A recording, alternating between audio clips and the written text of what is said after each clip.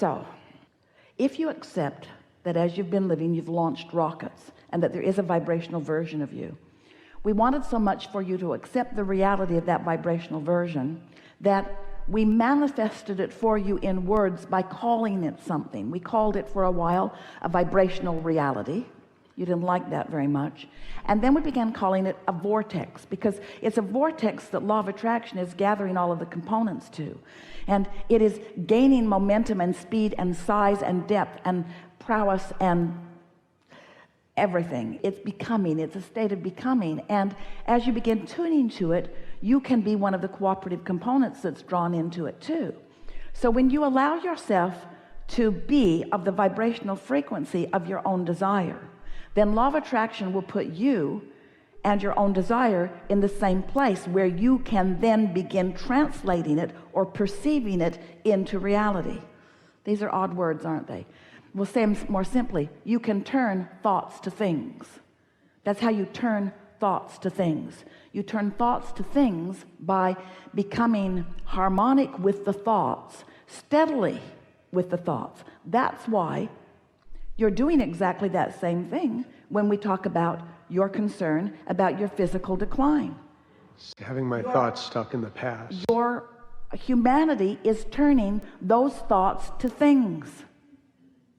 So more people are having more of those experiences because their thoughts that are rampant and steady and chronic are turning to those things. It's for no other reason.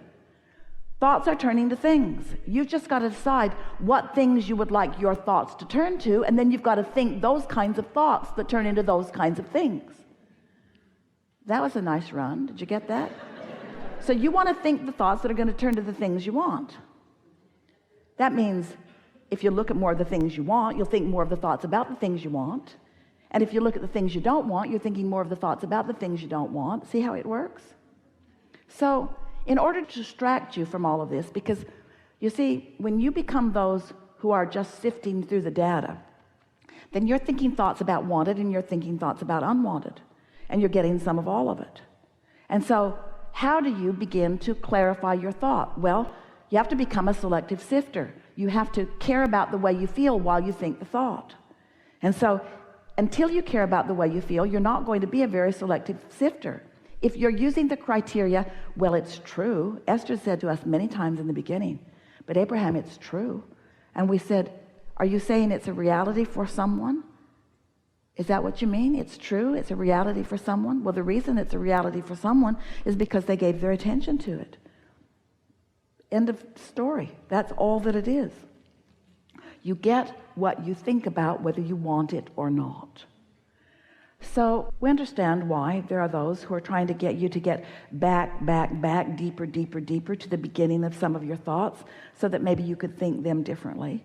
But that's why, as you pointed out in your opening comments to us, we're talking to you about being general rather than specific, because as you become general, you become less likely to focus upon the reality that is not wanted.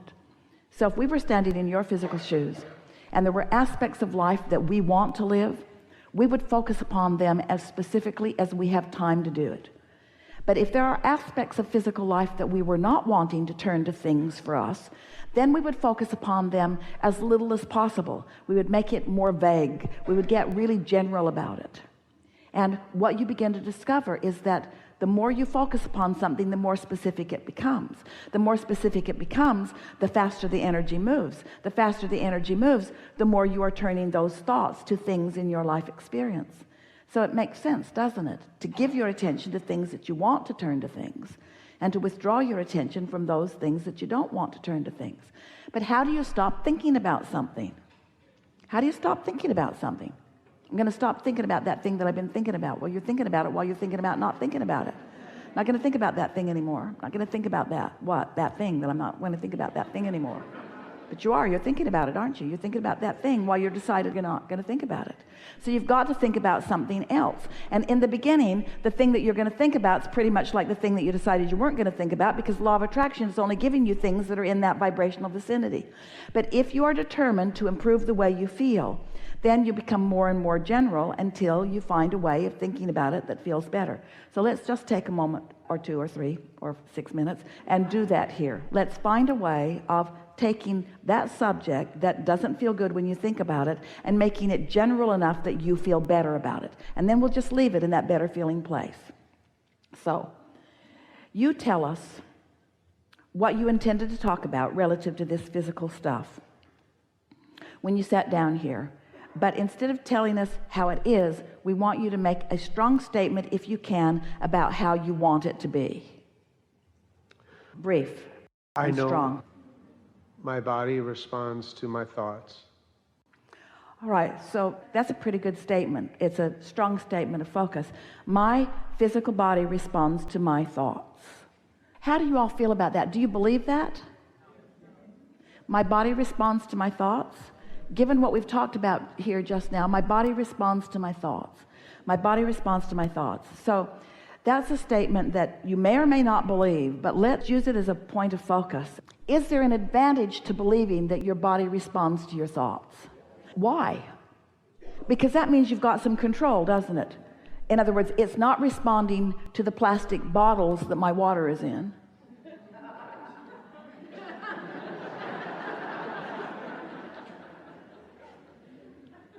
It's not responding to the rays of the sun. My body responds to my thoughts. My body responds to my thoughts about all of those things, but my body responds to my thoughts. My body responds to my thoughts. So now let's try to find some things that you also believe that support that statement. My body responds to my thoughts. If I'm feeling good, I can expect to have a good feeling body. All right, now that's true. How is this conversation causing you to feel? Just keep talking until you can feel whether you're improving the way you feel or making worse the way you feel. My body responds to my thoughts, and I can't control my thoughts. My body responds to my thoughts, and I've been watching all of those commercials, and I believe that my body is declining. My body responds to my thoughts, but my thoughts about my body are not that good. You see what we're getting at? My body responds to my thoughts, but I can't control my thoughts. So there's some cleaning up that we've got to do. My body responds to my thoughts. So now you want to say something about your thoughts that makes that feel good to you, not bad to you. My body responds to my thoughts, and after this conversation, I now know things differently. My body responds to my thoughts, and often my thoughts feel good to me. My body responds to my thoughts, and often my thoughts feel good to me, especially when I'm not thinking thoughts about my body. My body responds to my thoughts, and there are so many things in my world that make me happy when I think about them. My body responds to my thoughts, and this time-space reality is abundant with beautiful things for me to focus upon. My body responds to my thoughts, and I believe that my body knows what to do. My body responds to my thoughts, and my inner being has thoughts about my body. My inner being has thoughts about my body. I wonder if my body responds to the thoughts my inner being has about my body. Feeling something happening here? I wonder if my body is responding to the thoughts that my inner being has about my body. Oh, I wonder if the negative emotion that I feel when I'm thinking about my body is present because what my inner being thinks about my body and what I sometimes think about my body are not the same thing. My inner being is optimistic about my body. My inner being is appreciative of my body. My inner being understands my body. The cells of my body are responsive to my inner being. My thoughts either allow that communication or disallow that communication. My thoughts could get in the way of my body's response to my inner being, but when they do, I will always feel negative emotion. So if I can find a way of more often feeling positive emotion, then that means I'm allowing more open communication between the thoughts that my inner being has. This is a sort of breakthrough. Can you feel this? My body is responding to the thoughts that my inner being has about my body, and my body will thrive unless my thoughts about my body are hindering my body's response to the way my inner being is thinking about my body. This is big. I want to open the valve. I want to open the flow. I want the source within me. I want the thoughts my inner being has about my magnificent body. I just can feel how eager I was about coming into this body. This body is serving me so well. This body is intelligent cells, trillions of intelligent cells that are consciousness, that are communicating with the source within me. And if I can just manage to stay out of the way of that, if I can focus on things that feel good. Do I think about things that feel good? Well, when I think about my body, not so much these days. How about when I think about finances? Do they feel good? How about when I think about world events? Do they feel good? How about when I think about global warming? Do they feel good? What thoughts am I thinking? What thoughts am I thinking? And how much allowing am I allowing the cells of my body? Am I giving the cells of my body the break that they need in order to receive pure communication between source? Or have I got my airwaves all cluttered up with all the things that I'm worried about? Do you? You see what we're getting at? This was a good conversation because the thoughts that you think and the way that you feel. So far, what have we accomplished here? Have we moved forward? We've moved forward in a really extraordinary way just now. We've had a conversation that we've not ever had before in just the way we've had it before. This is a breakthrough conversation relative to your physical body, or relative to anything that you want, but specifically relative to your physical body. Your inner being, the larger part of you, the part that existed before you came into this body, who still exists and still is dominant, is having thoughts about everything that matters to you. Are your thoughts getting in the way of those thoughts? Are you harmonizing with your desire, or are you harmonizing with a reality? Our favorite conversation ever about deliberate creating. You create your own reality. You can find thoughts that feel good. When we come back from segment of refreshment, we'll talk further with you about things that matter to you. But before these hours in this room have passed, you will understand exactly how it is you're turning your thoughts to things, and what soft, subtle, easy changes you might make in order to be a vibrational match to your desires rather than to your current beliefs. When your current desire and your current belief are vibrationally similar, then you are allowing those thoughts to turn to things.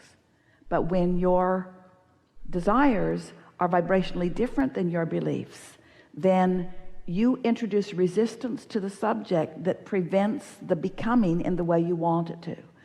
And the difference is so subtle that it will knock your socks off. Once you find one subject in your life in which you are productively focused, and you are able to make the association between the results that you're getting as you're turning those thoughts to things, you'll be able to apply it to everything, even the hard stuff. And this is a far more effective process than taking the time to go back to figure out where it got started, because it doesn't matter where it got started, it only matters where it is. And where it is can change in an hour. This is a good time for a segment of refreshment.